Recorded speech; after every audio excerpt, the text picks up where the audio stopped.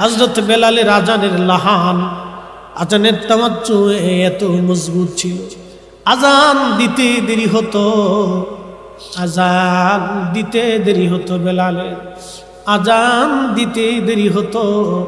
বেলাল রাদিয়াল্লাহু আনহু সাহাবীরা সারা মসজিদ ভরে যেতে দেরি হতো না, এমন তাওয়াজ্জু ছিল বেলালের আজানে। পাগল পারা বেলাল নবী দেখতে দেখতে দেখতে দেখতে আল্লাহর হাবিবের প্রতি এতটাই পাগল পারা হয়ে গেলেন বেলাল, নবীকে না দেখলে বেলালের সহ্য হতো না। আহা, আল্লাহর নবীর ইন্তেকাল হয়ে গেল। জিবরাইল আমিন এসে নবীজির কদমে আসলেন আজরাইল আলাইহিস সালামকে দিয়ে, বাবে জিবরাইল দিয়ে দরজা দিয়ে সালাম দিলেন। নবীজি সালামের জবাব দিলেন।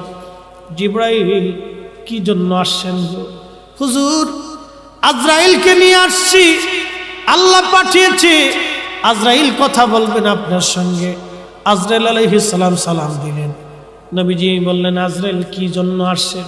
বলে, হুজুর, আল্লাহ পাঠিয়েছেন, আপনার আগে এইরকম কারো হয় নাই, আপনি নবীর পরে কারো হবে না। হুজুর, আল্লাহ পাঠিয়েছেন, আপনি অনুমতি দিলে আপনার জান কবজ করব, অনুমতি না দিলে আমি আজরাইল ফিরে চলে যাব। আপনার যতদিন মন চায় আপনি ততদিন উম্মতের মাঝে বেঁচে থাকবেন। আহা, নবীজি বললেন, আজরাইল, আল্লাহর হুকুম কি রকম? বলে, হ্যাঁ, আল্লাহ আমাকে এইভাবেই ফরমান দিয়ে পাঠিয়েছেন। জিবরাইল বলেন, হুজুর, আল্লাহর ফয়সালা এরকম, আপনি চাইলে চলে যাবেন, না চাইলে আপনি দুনিয়াতে থাকবেন উম্মতের মাঝে। তবে হ্যাঁ, মাশুক আল্লাহ আপনার দিদারে আগ্রহী হয়ে আছে গো নবীজি। নবীজি কেঁদে ফেলে দিয়ে বলেন, আজরাইল, দেরি করো না, আমাকে নিয়ে চলো, আমি আর দুনিয়ার মধ্যে থাকতে চাই না, আমার মাশুকের দিদারে আমি নবী চলে যেতে চাই।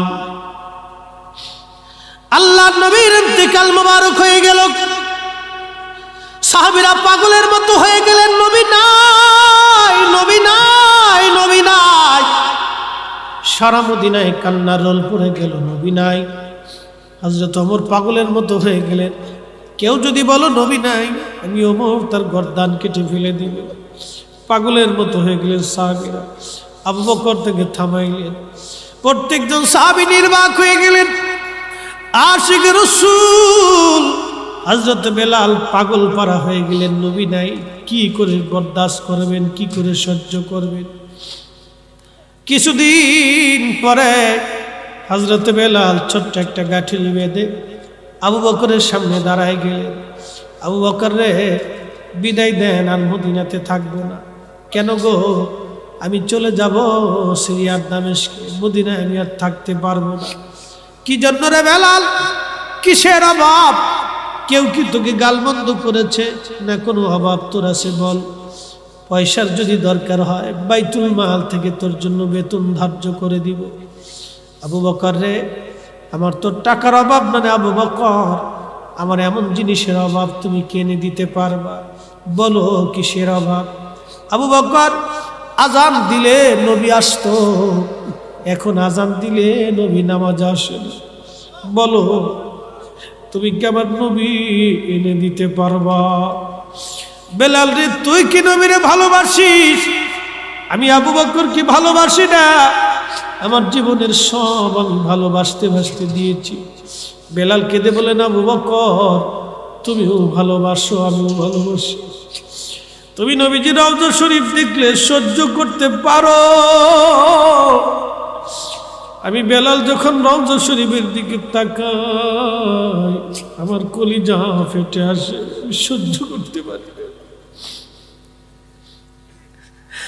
মদিনার রওজা মুবারকের পাশে দাঁড়ায় দেখবেন কত হাজি রওজা শরীফ দেখলে শুধু সালাম দিয়ে চলে যায়, কোনো অনুভূতি নাই। আবার কত হাজি পাগলের মতো কাঁদতে থাকে। কোন হাজি মদিনার থেকে ফেরার সময় পাগলের মতো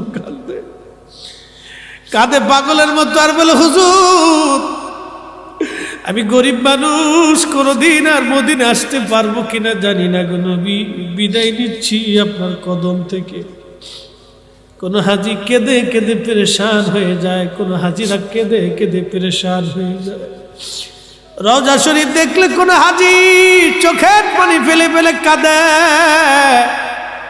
পাগল পারা হয়ে যায় হাজি, পাগল পারা হয়ে যায় হাজি, পাগল পারা হয় হাজি, পাগল পারা হয় নবী বিরহ বেদনা সহ্য করতে না পেরে। হে রাসূল তো হযরত বেলাল সিরিয়ার দামেস্কে চলে গেলেন। বহুদিন পরে নবীজি স্বপ্ন দেখাইলেন, ও বেলাল কেমন জুলুম শুরু করছো, কতদিন হলো তুমি আমার জিয়ারতে আসো না বেলাল। আমি নবীর জিয়ারতে আইরে বেলাল। একজন সাহাবী নবীকে কি পরিমাণ ভালোবাসা দিলে, মদিনার নবী সিরিয়ার দামেস্কে যা ডাক দিছে, বেলাল কেন বেলাল আমার সাথে জুলুম করো তুমি? বেলাল কতদিন হলো তোমার কণ্ঠে আযান শুনি না, বেলাল আমার জিয়ারতে। যখন নবীর আশিক এই স্বপ্নখানা দেখলে, এই স্বপ্নখানা দেখার সঙ্গে সঙ্গে পাগল হয়ে মদিনাতে ছুটে আসছে তিনি। তাহাজ্জুদের সময় যখন আসছি, আল্লাহর হাবিবের রওজা মুবারক কাঠের জালি দিয়ে ঘিরে রাখা ছিল। ওই রওজা মুবারকের পাশে বসে বসে বেলাল কান্দে আর বলে, হুজুর আসতে বলেছিলেন, আমি আসছি, কিন্তু আজান দিতে বলছেন নবী গো, আজান দিলে কি আপনি আসবেন? নতুন মুয়াজ্জিন আসছে, নতুন মুয়াজ্জিন এসে দেখি নবীর মুয়াজ্জিন বসে বসে কাঁদে। ডাক দেয় বলে, সাহাবীরা রে আসো, নবীর মুয়াজ্জিন ফিরে আসছি, তাড়াতাড়ি আসো, তাড়াতাড়ি আসো, নবীর মুয়াজ্জিন ফিরে আসছি। যখন এই কথা শুনলেন, সাহাবীরা ঘর থেকে বের হয়ে মসজিদে নববীতে এসে বসে বসে বসে বসে কাঁদতেছিল। সাহাবীরা বললেন, বেলাল তুমি আজান দাও, কতদিন হলো তুমি আমাদেরকে আজান শোনাও না রে বেলাল। বেলাল বললেন, দেখো আমি আজান দিলে কি নবী আসবে বলো? সালমান ফার্সি রাদিয়াল্লাহু আনহু বলেন, দেখো রে বেলাল আমরার কথায় আজান দিবে না, যে দেখো হাসান আর হুসাইন আছে, হাসান হুসাইন বললে বেলাল আজান দিবে। তখন ইমাম হাসান হুসাইন তখনও ছোট ছিলেন তিনারা। দৌড়ায় গেলেন সাহাবীরা, দৌড়ায় যায় দেখলেন ইমাম হাসান হুসেনকে নিয়ে আসছে। আনার পরে ইমাম হাসানকে দেখতে নবীজির মতো দেখা যাইত। দুইজন নানার চেহারা পাইছিলেন। ইমাম হুসাইনকে দেখে, হাসানকে দেখে বেলাল রওজা শরীফ থেকে উঠে ইমাম হাসানের বুকের মধ্যে মাথা টেকে কাঁদতেছিল। ইমাম হুসাইনের বুকের মধ্যে মাথা টেকে কান্দে। নবীর আশিক হযরত ইমাম হুসাইন হাসান ডাক দে বলেন, নানার মুয়াজ্জিন কতদিন হলো আমাদেরকে আজান শোনাও না। যেই লাহান দিয়ে নবীরে আজান শোনাইতা, নানারে আজান শোনাইতা, সেই লাহান দিয়ে আমরাও আজান শুনে যাও। নবীর মুয়াজ্জিন চলে গেলেন মিনারায়। যেই ছাদের উপরে দাঁড়ায় বেলাল আজান দিতে, বনু নাজ্জার গোত্রের এক মহিলার ছাদ ছিল মসজিদ নবীর পাশে। ওই ছাদের উপরে দাঁড়ায় বেলাল আজান দিতে, ওই ছাদের উপরে দাঁড়ায় বেলাল আজান দিছে, আল্লাহু আকবার, আল্লাহু আকবার। সারা মদিনায় আজানের আওয়াজ পৌঁছে গেল। মদিনার ঘর থেকে সাহাবীরা বের হয়ে দৌড় মারছে রে। আল্লাহু আকবার, আল্লাহু আকবার বলে যখন আবার আজান দিছে, সারা মদিনার ঘর থেকে বৃদ্ধ সাহাবীরা পর্যন্ত বের হয়ে দৌড় মারছে। যখন আশহাদু আল্লা ইলাহা ইল্লাল্লাহ বলে টান দিছে, মহিলারা ছোট্ট বাচ্চাদেরকে নিয়ে ঘর থেকে বেরিয়ে দৌড়ছে। যখন বেলাল আশহাদু আল্লা ইলাহা ইল্লাল্লাহ বলছে, সারা মদিনার মানুষ কাঁদতেছে। কেঁদে কেঁদে মদিনার মানুষ হয়রান হয়ে যাচ্ছে। যখন বেলাল আবার আজান দিলেন, আশহাদু আন্না মুহাম্মাদুর রাসূলুল্লাহ,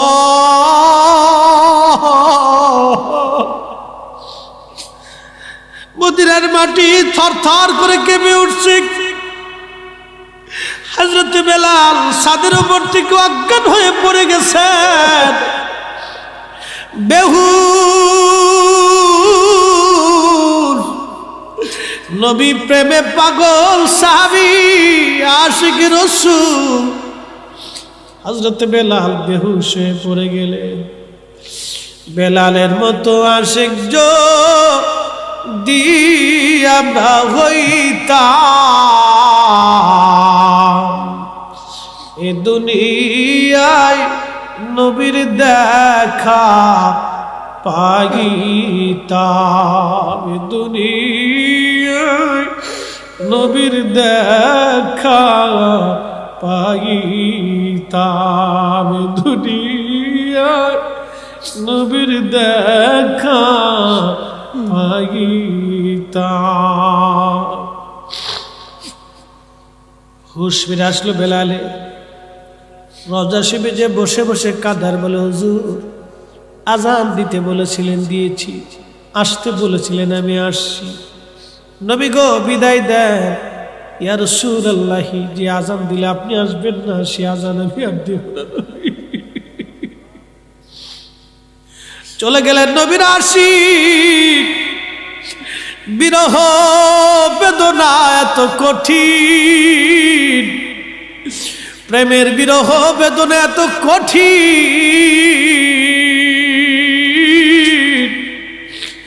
নবী প্রেমের বিরহ বেদনা এত কঠিন, বেলাল সহ্য করতে না পেরে কলিজা ফেটে মারা গেলেন। বিরহ বেদনা এত কঠিন,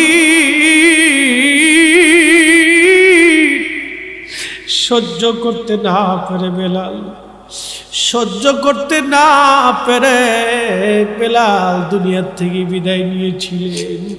বিরহ বেদনা এত কঠিন। হে সবজ গম্বদ মহালে मंजूर दुआ करूँ जब वक्त नज़र आए आका, दीदार आता करना, दीदार आता करना। मैं कब्र अंधेरी में घबराऊंगा जब तन्हा, इमदाद मेरी करने आ जाना रसूल अल्लाह, इमदाद मेरी करने आ जाना रसूल अल्लाह।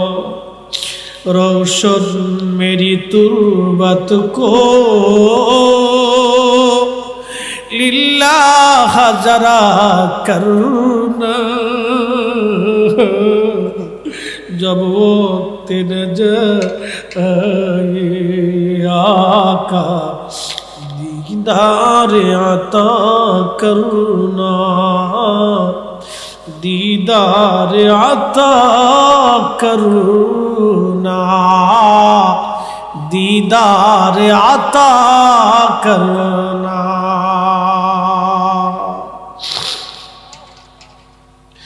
এসেছেন যত নবী সকলের ইমাম, সালাম নবী তোমায় হাজারো সালাম, ইয়া নবী সালাম। মনে কিছু নিয়েন না, বসে থাকতে, তাহলে উঠে যাবেন না তো, দোয়া করে যাবেন তো ইনশাল্লাহ। আচ্ছা দোয়া করে গেলে আমার সার্থকতা। বাপ আমি আপনাদেরকে দোয়ার জন্য বসায় রেখেছি। আব্বা আপনাদেরকে একটা কথা হ্যাঁ হ্যাঁ একটা কথা বলি, আমি দোয়ার পাগল কেন আপনাকে বলি, আমি দোয়ার কেন পাগল আপনাদেরকে বলি দোয়ার কেন পাগল আমি। খুব মনোযোগ দিয়ে আমার জীবনে, হ্যাঁ বলবো আমার জীবনে এমন দিন গেছে আমি মাদ্রাসাতে 2 বেলা খাওয়ার, মাদ্রাসায় 2 বেলা ফ্রি খাওয়াইতে, আমি 2 বেলা খাইতাম, 1 বেলা খাওয়ার পয়সা আমার কাছে ছিল না।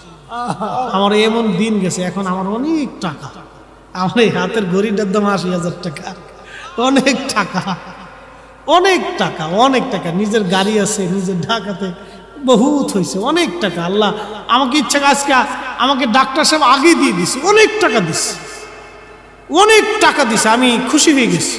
না চাইতেই ডাক্তার সাহেব আমাকে দিয়ে দিছে, অনেক টাকা দিছে, আলহামদুলিল্লাহ অনেক টাকা দিয়ে দিছে, অনেক দিছে। একদিন আমার 1 বেলা খাওয়ার পয়সা ছিল না, আল্লাহর কসম করে বলি, কোরআন সাক্ষী, আমি না খাইতে 1 বেলা না খেয়ে থাকতে আমার পেটে পীড়া হয়ে গেছে। এই কোরআন সাক্ষী, আমার এই দিন গেছে। কিন্তু আমার এখন এই জন্য আমি জীবনে কোনোদিন কোনো ভিক্ষুককে আমি আমার দরজা থেকে মাহরুম করি না, কোনোদিনও না। ক্ষুধা কি জিনিস সেটা আমি জানি, এটা অনেক কষ্ট। এই জন্য কেউ যদি খাবারের বিরোধিতা করে ওয়াজ করে, আমি মন চাই জুতা দিয়ে পিটাই, আমাকে তাকে জুতা দিয়ে পিটাইতে মন চায়। এর বিরোধিতা করে কেউ যদি ওয়াজ করে বেদাতের ফতোয়া, আমার মন চাই জুতা দিয়ে পিটাই। কারণ এটা যদি কত কষ্ট, এটা যারা না ভুগছে তারা জানে না। অনেক বড় কষ্ট, অনেক বড় কঠিন কষ্ট, যে না পড়ছে সে জানে, অনেক বড় কঠিন কষ্ট। এই দোয়াটা আমার জীবনের একটা রাত্রের দোয়া কবুল হয়েছে। তাহাজ্জুদের ওয়াক্তে আমি একদিন আল্লাহর কাছে চোখের পানি ছেড়ে কেঁদেছিলাম যে আল্লাহ তুমি আমার দিন কি ঘোরাবে না। সেই দিনের দোয়া আল্লাহ আমার কবুল হয়েছিল। এই জন্য দোয়ার বিরোধিতাও যদি কেউ করে, ওকে আমি জুতা দিয়ে পিটিতে মন চাই, ওকে বেদাতি, পৃথিবীর নিকৃষ্ট জীব, ও মানুষ হতে পারে। এই জন্য আমি দোয়ার বিরোধিতা যে করে, ওকে আমি মানুষই মনে করি না। মুসলমান তো পরের কথা, ওকে আমি মানুষই মনে করি। রব্বে করিমের দরবারে কেউ যদি হাত তুলে হাত ফেরত আসে না, বাপ চাওয়ার মতো চাইতে হবে। কথা বলেন ঠিক কিনা? আল্লাহ তার রসুলের সাথে আমাদের প্রেম করতে হবে, আল্লাহ তার রসুলের সাথে আমাদেরকে প্রেম করতে হবে, চাওয়ার মতো চাইতে হবে, চাওয়ার মতো চাইতে হবে। মোহতারাম উপস্থিতি, খুব মনোযোগ দিয়ে সাহাবায়ে কেরাম রসুল করিমের দপ্তরে জীবনের একটা বিরাট অংশ কাটিয়েছেন খেয়ে না খেয়ে। সাহাবীদের জীবন এরকম ক্ষুধার্তর জীবন ছিল। আপনারা শুনতে চেয়েছেন, একটু 10টা মিনিট আপনার দিলটাকে নরম করে দিয়ে, নড়াচড়া না করে একটু বসে আমার 2টি কথা শুনতে হবে। আল্লাহ রসুলের দরবারে অনেক সাহাবী ছিল। আহলে সুফফার সাহাবীদের ভিতরে হযরত আবু হুরায়রা একজন ছিল, খাব্বাব রাদিয়াল্লাহু আনহু, সুমাইয়া রাদিয়াল্লাহু আনহা, ইয়াসর রাদিয়াল্লাহু আনহু, বেলাল রাদিয়াল্লাহু আনহু।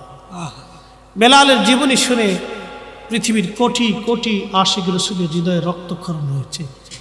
সেদিন এক মাদ্রাসার মুহতামিম সাহেব হুজুর আমাকে জড়িয়ে ধরে বললেন, হুজুর বিশ্বাস করেন আমি জানি আপনি সুন্নি, আমি কওমি, কিন্তু মদিনাতে বসে আপনার এই ওয়াজ যেদিন শুনেছিলাম আমি অঝোর দ্বারা কেঁদে পেরেশান হয়েছিলাম। আমি তখনই বুঝেছি আমার ওয়াজের কিছুটা হলো সার্থকতা আছে। কোটি মানুষের হৃদয়ে রক্তক্ষরণ, চোখের পানি ওয়াজের মাধ্যমে হচ্ছে। এই ওয়াজটা যেদিন করেছিলাম প্রথমে, সেই দিন একজন মানুষ কেঁদে কেঁদে মজলিসেই মারা গিয়েছিল। মোহতারাম, আমি জানি এটা কবুলের সাহাবীর জীবনের অনেক বড় ত্যাগের জিনিস। এটা আমি বলতেছি, বেলাল রাদিয়াল্লাহু আনহু কতটি ইসলামের জন্য কষ্ট করেছিলেন। আজ আপনারা আমাকে দাওয়াত করেছেন, মাঝে মধ্যে নিজেকে আফসোসের মধ্যে ফেলায়। ডাক্তার সাহেব আমাকে দাওয়াত করে অনেক টাকা দিচ্ছেন, গাড়িতে আসছি, গাড়িতে আবার চলে যাব, কিন্তু সেই দিন দিন কবুলের জন্য সাহাবায়ে কেরামের পিঠের চামড়া উঠিয়ে ফেলে দেওয়া হয়েছিল। বেলাল ছিলেন একজন কৃতদাস, কালেমা পড়ার কারণে তাকে তার মনিব এমনভাবেই মারতেন, গলার মধ্যে রশি বেঁধে মারতে মারতে মারতে মারতে বেহুশ করে ফেলতেন। বেলালের হুশ চলে যেত, আবার হুশ ফিরে আসতো, শুধু একটা শব্দ করতেন, আহাদ আহাদ আহাদ, আল্লাহ এক আল্লাহ এক।